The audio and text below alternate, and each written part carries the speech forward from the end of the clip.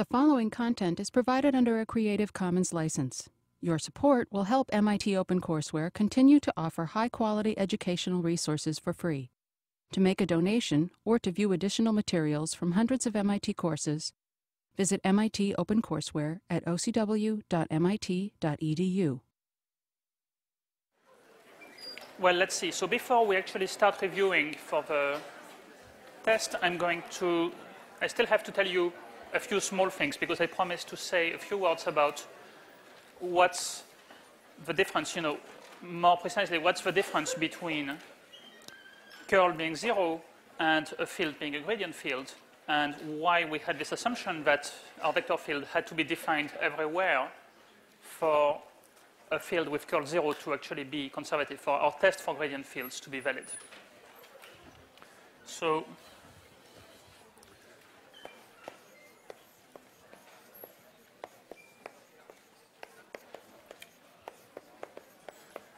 more about the validity of Green's theorem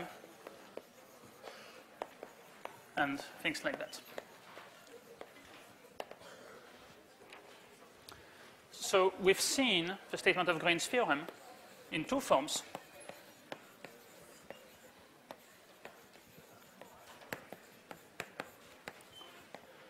Both of them have to do with comparing a line integral along a closed curve to a double integral over the region inside, enclosed by the curve. So one of them says the line integral for the work done by a vector field along a closed curve, counterclockwise, is equal to the double integral of the curl of the field over the enclosed region.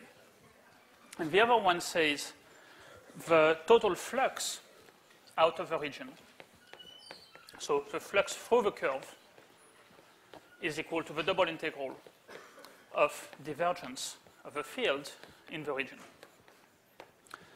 So in both cases, we need the vector field to be defined not only, the left-hand side makes sense if a vector field is just defined on the curve, because it's just a line integral on C. We don't care what happens inside. But for the right-hand side to make sense, and therefore for the equality to make sense, we need the vector field to be defined everywhere inside the region. So I said if there's a point somewhere in here where my vector field is not defined, then it doesn't work. And actually we've seen that example. Oops.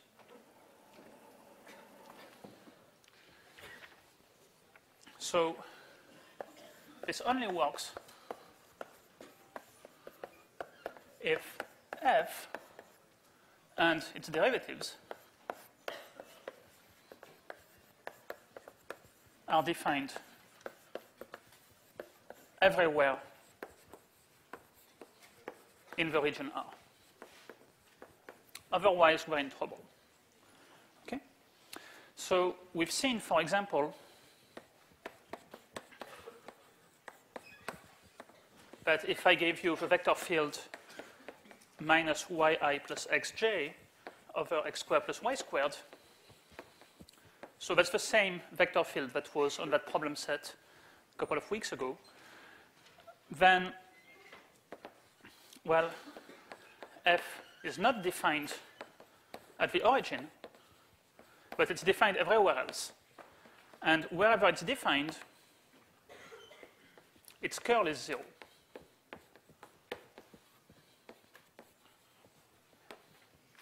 I should say everywhere else.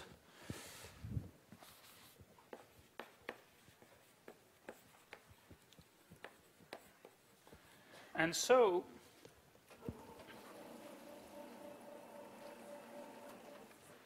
if we have a closed curve in the plane, well, there's two situations. One is, if it does not enclose the origin, then yes, we can apply Green's theorem, and it will tell us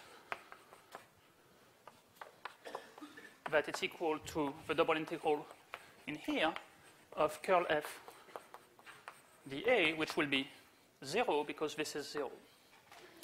However, if I have a curve that encloses the origin, let's say like this, for example, then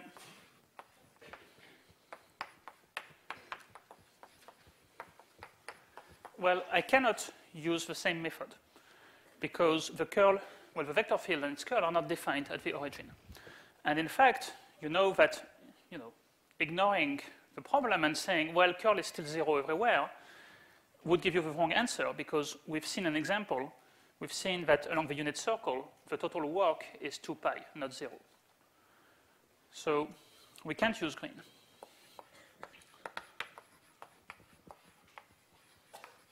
However, we can't use it directly. So there's an extended version of Green's theorem that tells you the following thing. Well, it tells me that even though I can't do things for just this region enclosed by C prime, I can still do things for the region in between two different curves. Okay, so let me show you what I have in mind.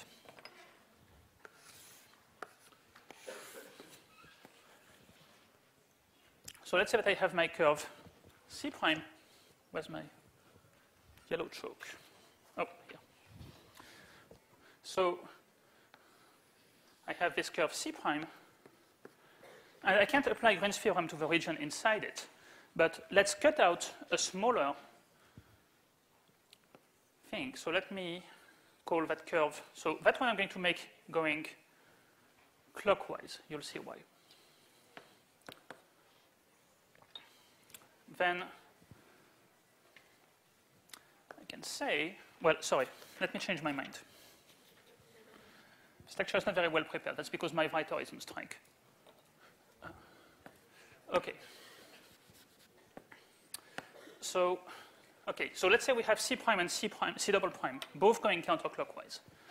Then I claim that Green's theorem still applies and tells me that the line integral along C prime minus the line integral along C double prime is equal to the double integral over the region in between. So here now it's this region with a hole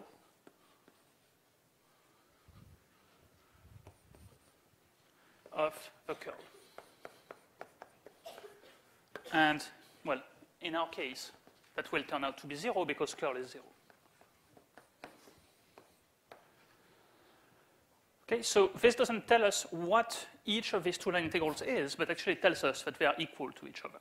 And so by computing one, you can see actually that for this vector field, if you take any curve that goes counterclockwise around the origin, you will get 2 pi, no matter what the curve is.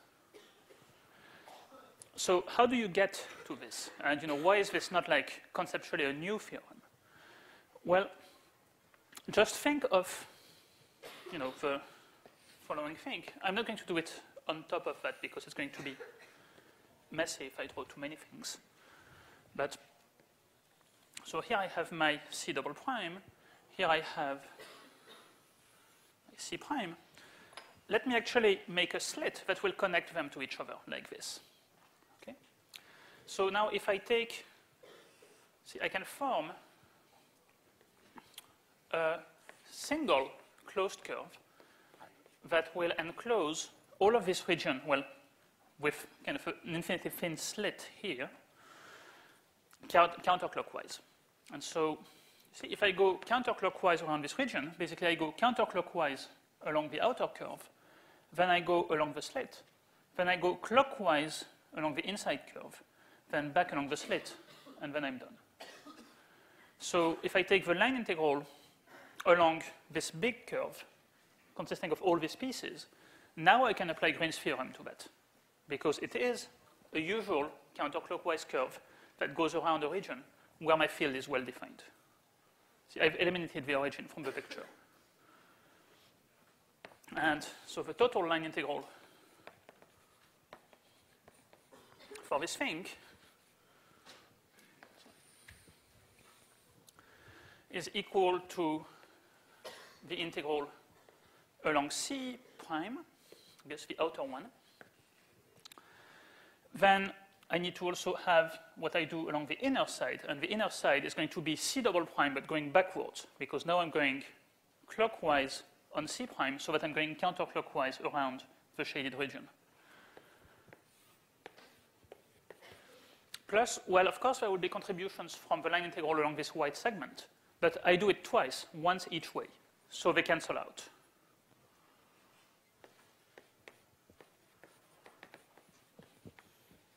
So the white segments cancel out. You probably shouldn't, in your notes, write down white segments because probably they're not white on your paper, but hopefully you get the meaning of what I'm trying to say. Okay, so basically that tells you you can still play tricks with Green's theorem when the region has holes in it, just you have to be careful and somehow subtract some other curve so that together things will work out. There's a similar thing with the divergence theorem, of course, with flux and double integral of div f. You can apply exactly the same argument. Okay, so basically you can apply Green's theorem for a region that has several boundary curves. You just have to be careful that the outer boundary must go counterclockwise. The inner boundary either goes clockwise or you put a minus sign.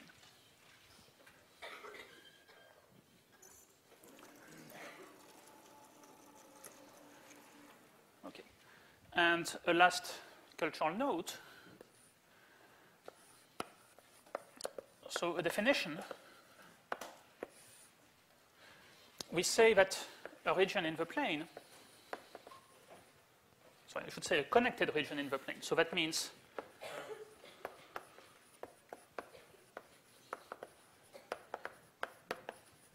connected means it consists of a single piece. Okay, so connected, there's a single piece. These two guys together are not connected, but if I join them, then this is a connected region. We say it's simply connected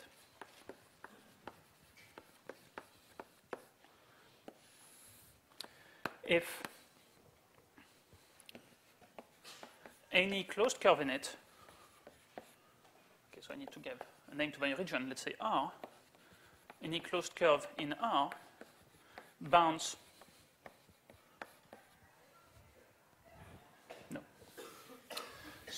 if the interior of any closed curve in R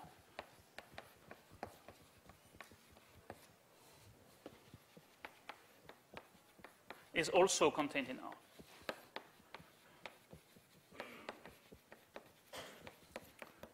So concretely, what does that mean? That means the region R does not have any holes inside it. Okay, so maybe I should draw two pictures to explain what I mean.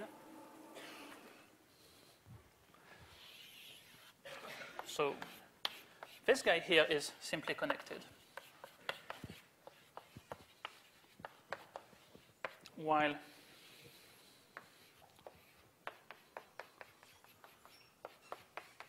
this guy here is not simply connected, because if I take this curve, that's a curve inside my region, but the piece that it bounds is not actually entirely contained in my region. And so why is that relevant? Well, if you know that your vector field is defined everywhere in a simply connected region, then you don't have to worry about this question of, can I apply Green's theorem to the inside? You know it's automatically okay, because if you have a closed curve, then the vector field is, if the vector field is defined on the curve, it will also be defined inside. Okay, so if the domain of definition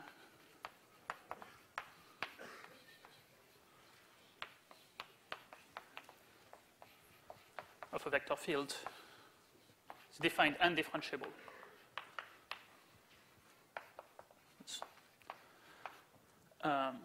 is simply connected,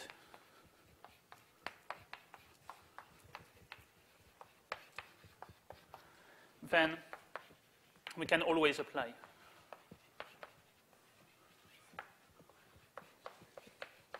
Green's theorem.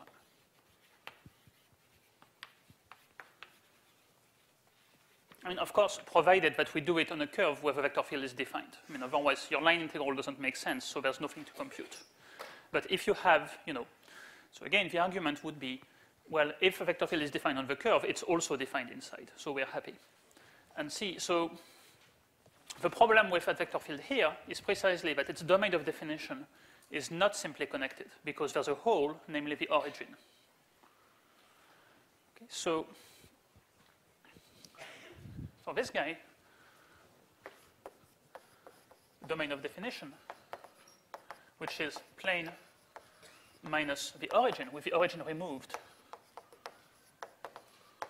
is not simply connected.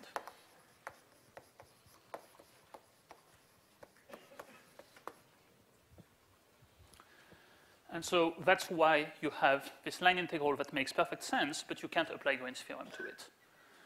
So now, what does that mean in particular? Well, we've seen this criterion that if the curl of a vector field is 0, and it's defined in the entire plane, then the vector field is conservative and it's a gradient field. And the argument to prove that is precisely to use Green's theorem. So in fact, the correct, the actual optimal statement you can make is if a vector field is defined in a simply connected region and its curl is 0, then it's a gradient field. So let me just write that down for,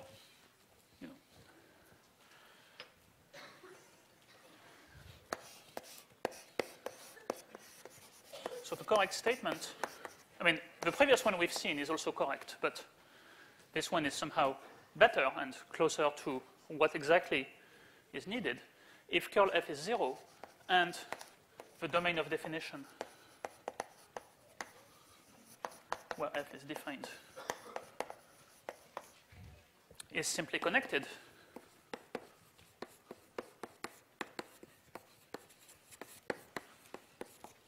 then f is conservative, and that means also it's a gradient field. That's the same thing. Okay? Any questions on this?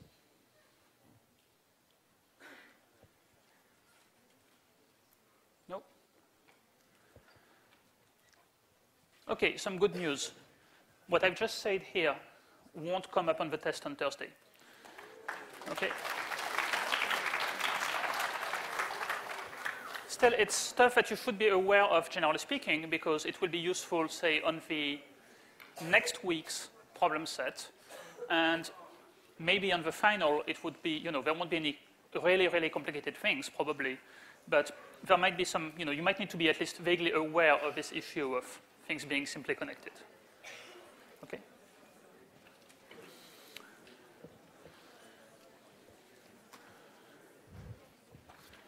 And by the way, this is also like somehow the starting point of topology, which is the branch of math that studies the shapes of regions.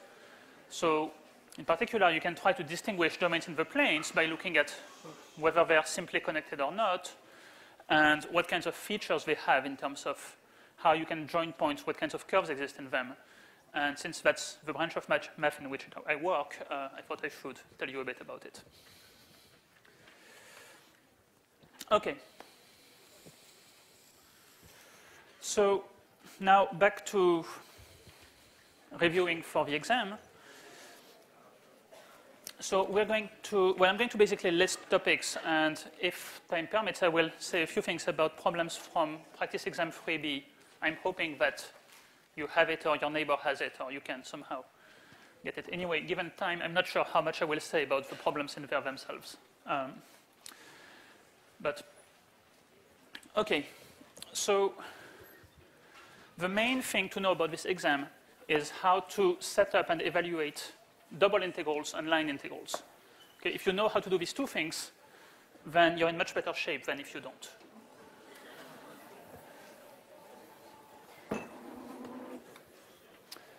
And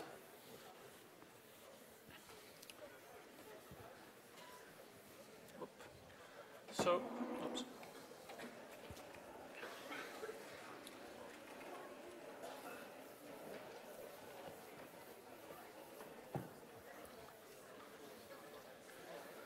So the first thing we've seen, okay, so just to write it down, there's two main objects. And it's kind of important to not confuse them with each other. Okay, there's double integrals over regions of some quantity dA, And the other one is a line integral along a curve of a vector field f.dr or f.nds, depending on whether it's work or flux that we are trying to do. And so we should know how to set up these things and how to evaluate them. And roughly speaking, in this one, you start by drawing a picture of a region, then deciding which way you will integrate it. Could be dx, dy, dy, dx, r, dr, d theta. And then you will set up the bounds carefully by slicing it and studying how the bounds for the inner variable depend on the outer variable. So the first topic will be setting up double integrals. And so remember, okay, so maybe I should make this more explicit. We want to draw a picture of R and take slices in the chosen way so that we get an iterated integral. Okay, so let's do just a quick example. So if I look at problem 1 on exam 3B, it says, well, it says to look at the line integral from 0 to 1, line integral from x to 2x of possibly something, but dy dx. And it says, let's look at how we would set this up the other way around by exchanging x and y.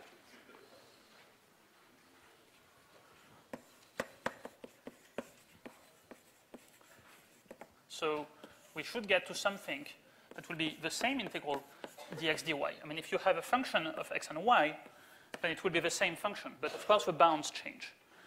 So how do we exchange the order of integration? Well, the only way to do it consistently is to draw a picture. So let's see. What does this mean? Here it means we integrate from y equals x to y equals 2x, x between 0 and 1. So we should draw a picture. The lower bound for y is y equals x. So let's draw y equals x. That seems to be here.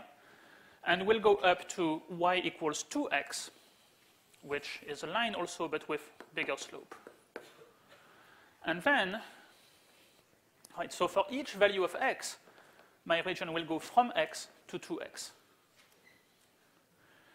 Well, and I do this for all values of x that go from 0 to x equals 1. So I stop at x equals 1, which is here. And then my region is something like this.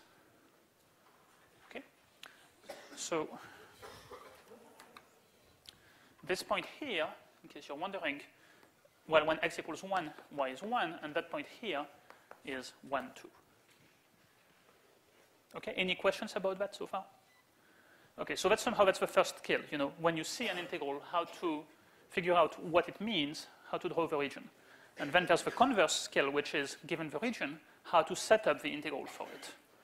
So if we want to set it up instead dx dy, then that means we are going to actually look at the converse question, which is, for a given value of y, what is the range of values of x? Okay, so if we fix y, well, where do we enter the region and where do we leave it? So we seem to enter on this side and we seem to leave on that side. At least that seems to be true for the first few values of y that I choose. But hey, if I take a larger value of y, then I will enter on this side and I will leave on this vertical side, not on that one. So I seem to have two different things going on. Okay, the place where I enter my region is always y equals 2x, which is the same as x equals y over 2.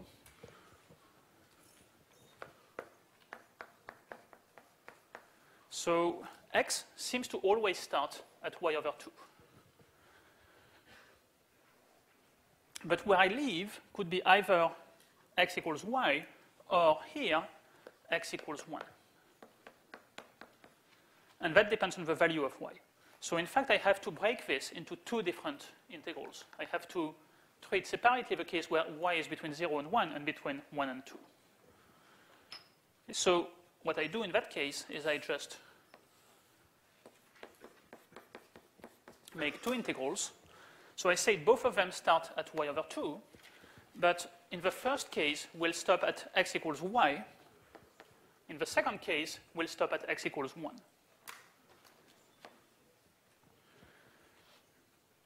Okay, and now what are the values of y for each case? Well, the first case is when y is between 0 and 1.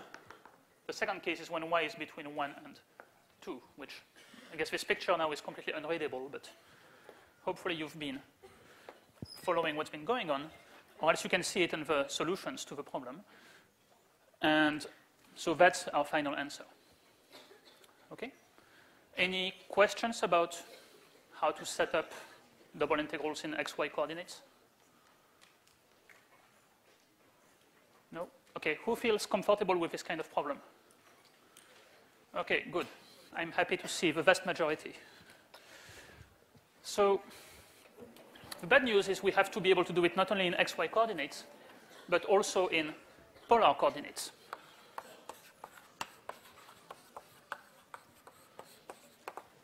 So when you go to polar coordinates, basically all you have to remember on the side of the integrand is that x becomes r cosine theta, y becomes r sine theta, and dx dy becomes r dr d theta. In terms of how you slice through your region, well, you will be integrating first over r, so that means what you're doing is you're fixing a value of theta. And for that value of theta, you ask yourself, for what range of values of r am I going to be inside my region? So if my region looks like this, then for this value of theta, r would go from 0 to whatever this distance is. And of course, I have to find how this distance depends on theta. And then I will find the extreme values of theta. Now, of course, if the region is really looking like this, then you're not going to do it in polar coordinates. But if it's like, a circle or a half circle or things like that, then even if the problem doesn't tell you do it in polar coordinates, you might want to seriously consider it. Okay, so that's, I'm not going to do it, but problem 2 on the practice exam is a good example of doing something in polar coordinates. Okay. So in terms of things that we do with double integrals, there's a few formulas that I'd like you to remember about, applications that we've seen of double integrals. So quantities that we can compute with double integrals include things like the area of the region, its mass if it has a density, the average value of some function, for example, the average value of the x and y coordinates, which we call the center of mass, or moments of inertia. So these are just formulas to remember.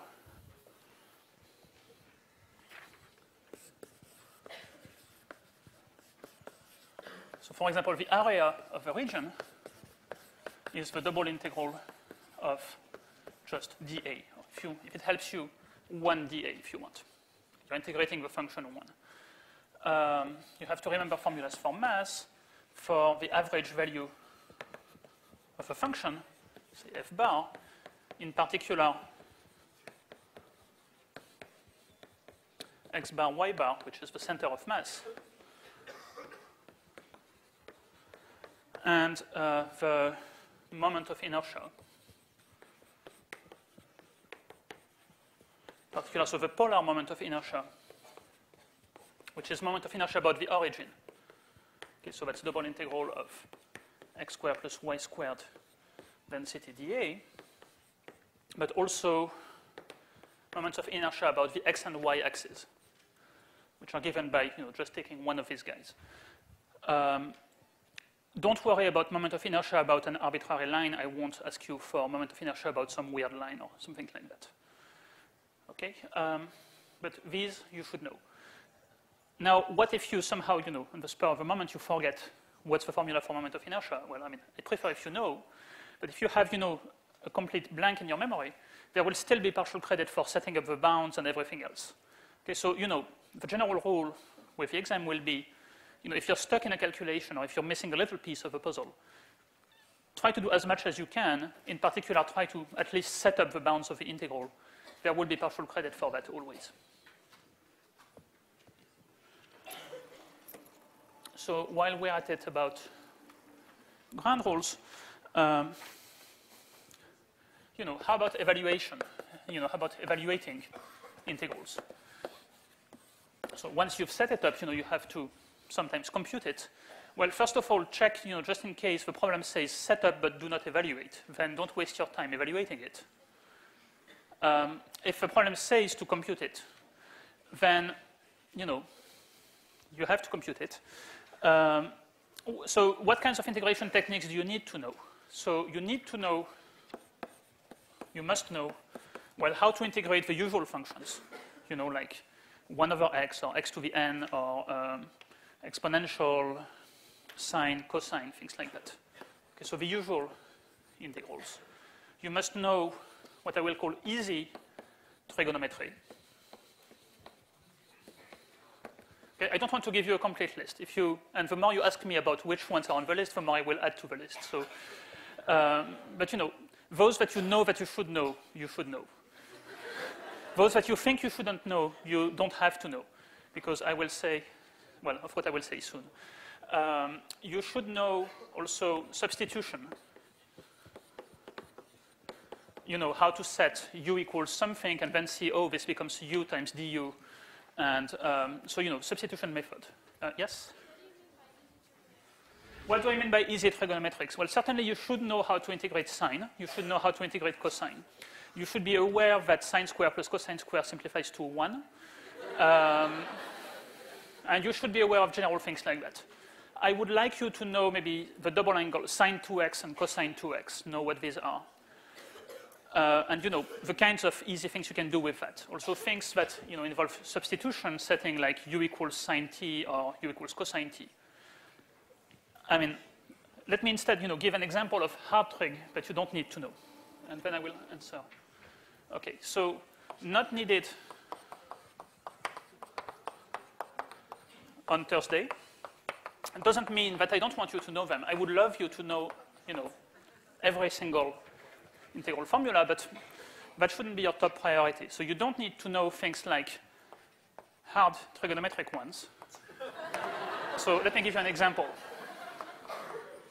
Okay, so if I ask you to, do this one, then actually I will give you, maybe like I will reprint the formula from the notes or something like that. Okay, so that one you don't need to know. Although I would, love if you happen to know it, but if you need it, it will be given to you. So these kinds of things that you cannot compute by any easy method. And integration by parts. I believe that I've successfully test-solved all the problems without doing any single integration by parts. Again, in general, it's something that I would like you to know, but if it shouldn't be your top priority for this week. Okay, so you had a question? Or? Inverse trigonometric functions. Let's say the most easy ones. I would like you to know the easiest inverse trig functions, but not much. Okay? Okay? So be aware that these functions exist, but it's not a top priority.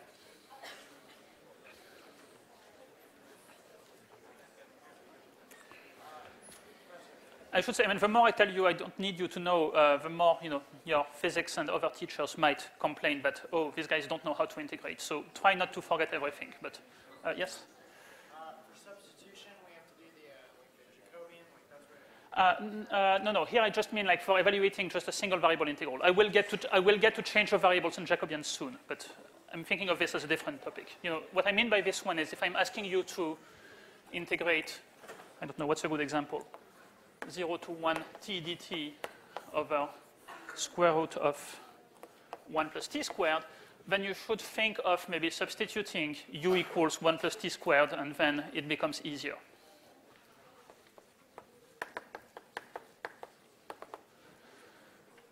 Okay, so this kind of trick. That's what I have in mind here specifically. And again, if you're stuck, in particular, if you hit this dreaded guy and you don't actually have a formula giving you what it is, it means one of two things. One is something's wrong with your solution. The other option is something's wrong with my problem. So, either way, check quickly what you've done, and if you can't find a mistake, then, just move ahead to the next problem. Yes? Which one? This one? Oh, yeah, I mean, if you can do it, if you know how to do it, whichever thing is fair. I mean, generally speaking, give enough evidence that you found the solution by yourself, not like, it didn't somehow come to you by magic. But yeah, I mean, if you know how to integrate this without doing the substitution, that's absolutely fine by me. Just, show enough work. General rule is show enough work that we see that, you knew what you were doing. Okay. Now, another thing we've seen with double integrals is how to do more complicated changes of variables.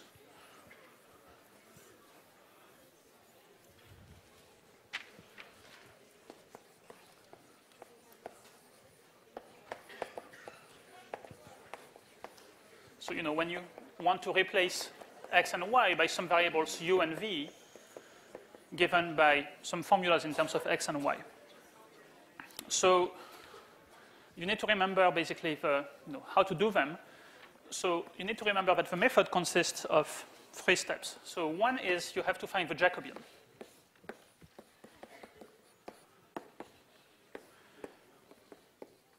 And you can choose to do either this Jacobian or the inverse one, depending on what's easiest given what you're given. You don't have to worry about solving for things the other way around. Just compute one of these Jacobians. And then the rule is that du dv is absolute value of a Jacobian dx dy. So that takes care of dx dy, how to convert that into du dv. The second thing to know is that, well, you need to, of course, substitute any x and y's in the integrand to convert them to u's and v's, so that you have, a valid integrand involving only u and v. And then the last part is setting up the bounds.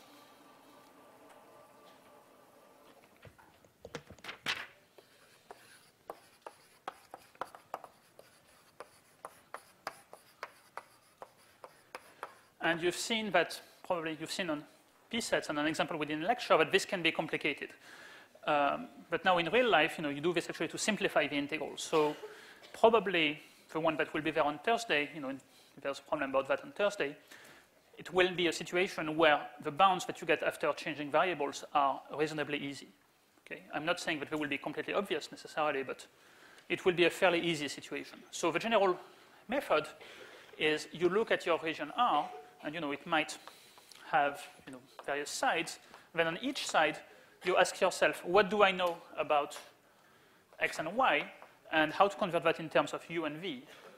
And maybe you will find that the equation might be just u equals 0, for example, or u equals v, or something like that. And then it's up to you to decide what you want to do, but maybe the easiest usually is to draw a new picture in terms of u and v coordinates of what your region will look like in the new coordinates. And it might be that it will be actually much easier. It should be easier looking than what you started with. Okay? So that's the general idea. There's one change of variable problem on each of the 2 practice exams to give you a feeling for what's realistic. The problem that's on practice exam 3B actually is on the hard side of things, because it's, the question is kind of hidden in a way. So if you look at problem 6, you might find that it's not telling you very clearly what you have to do. That's because it was meant to be the hardest problem on that test. But once you've reduced it to an actual change of variables problem, I expect you to be able to know how to do it. And on practice exam 3A, there's also, I think it's problem 5 on the other practice exam, and that one is actually pretty standard and straightforward. Okay, time to move on, sorry. So we've also seen about line integrals.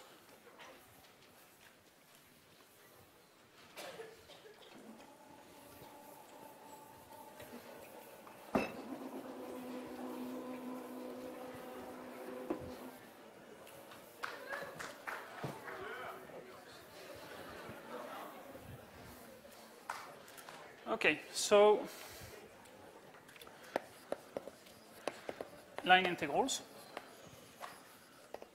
So the main thing to know about them, so the line integral for work, which is line integral of f dot dr.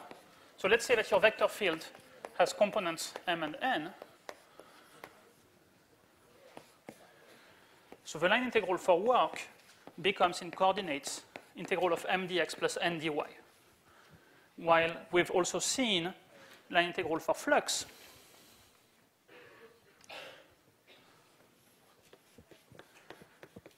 So line integral of f dot n ds becomes the integral along C of, just to make sure that I give it to you correctly. So remember that,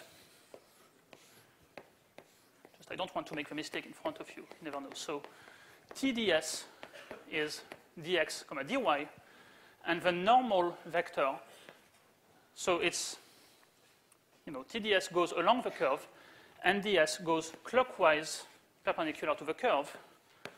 So it's going to be, well, it's going to be dy and negative dx.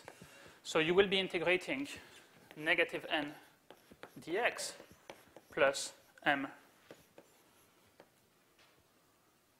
dy. Okay? See, if you are blanking and don't remember the signs, then you can just draw this picture and make sure that you get it right.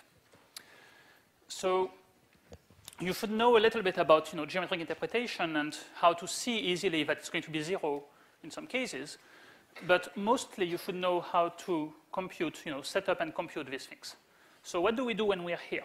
Well, here we have both x and y's together, but we want to, because it's a line integral, there should be only one variable. So the important thing to know is we want to reduce everything to a single parameter.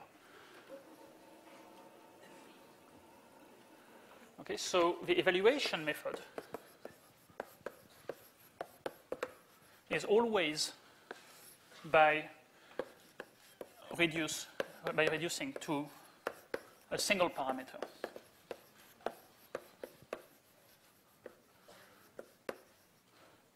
So for example, maybe x and y are both functions of some variable t, and then express everything in terms of some integral of some quantity involving t dt. Could be that you will just express everything in terms of x or in terms of y or in terms of some angle or something. It's up to you to choose how to parameterize things. And then when you're there, it's a usual one variable integral with a single variable in there. Okay, so that's the general method of calculation. But we've seen a shortcut for work when we can show that the field is the gradient of a potential. So one thing to know is if the curl of f, which is nx minus my, happens to be 0, well, and now I can say, and the domain is simply connected, or if you want, if the field is defined everywhere, then f is actually a gradient field. So that means, just to make it more concrete, that means we can find a function little f called the potential such that its derivative with respect to x is m and its derivative with respect to y is n. We can solve these two conditions for the same function f simultaneously. And how do we find this function little f? Okay, so that's the same as saying that the field big F is the gradient of little f. And how do we find this function little f? Well, we've seen two methods. One of them involves computing a line integral from the origin to a point in the plane by going first along the x-axis, then vertically. The other method was to first figure out what this one tells us by integrating it with respect to x, and then we differentiate our answer with respect to y, and we compare with that to get the complete answer.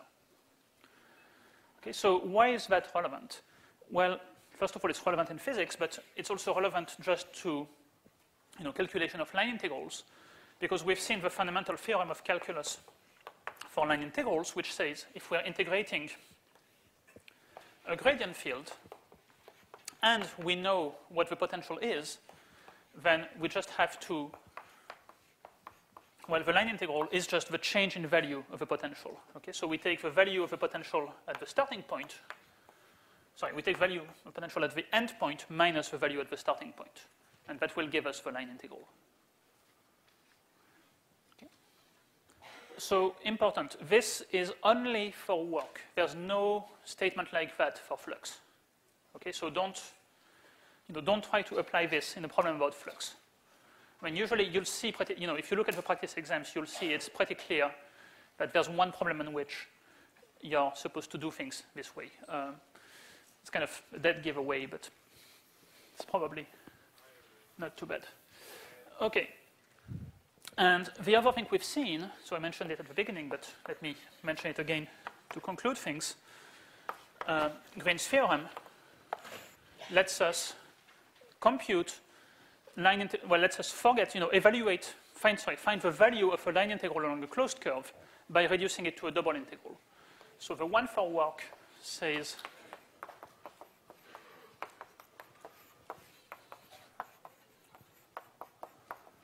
this, and you should remember in there, so C is a closed curve that goes counterclockwise, and R is the region inside. So the way you would, if you had to compute both sides separately, you would do them in extremely different ways, right? This one is a line integral, so you use the method that I explained here, namely you express x and y in terms of a single variable.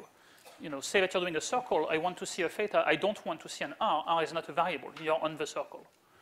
This one is a double integral, so if you're doing it, say, on a disk, you would have both r and theta if you're using polar coordinates. You would have both x and y. Here you have two variables of integration. Here you should have only one after you parameterize the curve. And the fact that it says curl f, curl f is just nx minus my, is just any, it's just like any function of x and y.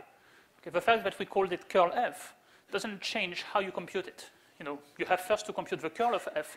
Let's say you find, I don't know, xy minus x squared. Well, it becomes just the usual double integral of the usual function xy minus x squared. There's nothing special to it because it's a curl. And the other one is the counterpart for flux. So it says this, and remember this is mx plus ny. What's important about these statements is not only remembering, if you just know this formula by heart, you're still in trouble because you need to know what actually the symbols in here mean. So you should remember, what is this line integral and what's the divergence of a field. Just something to remember. And so I guess I'll let you, figure out practice problems because it's time. But I think that's basically the list of all we've seen, and, well, that should be it.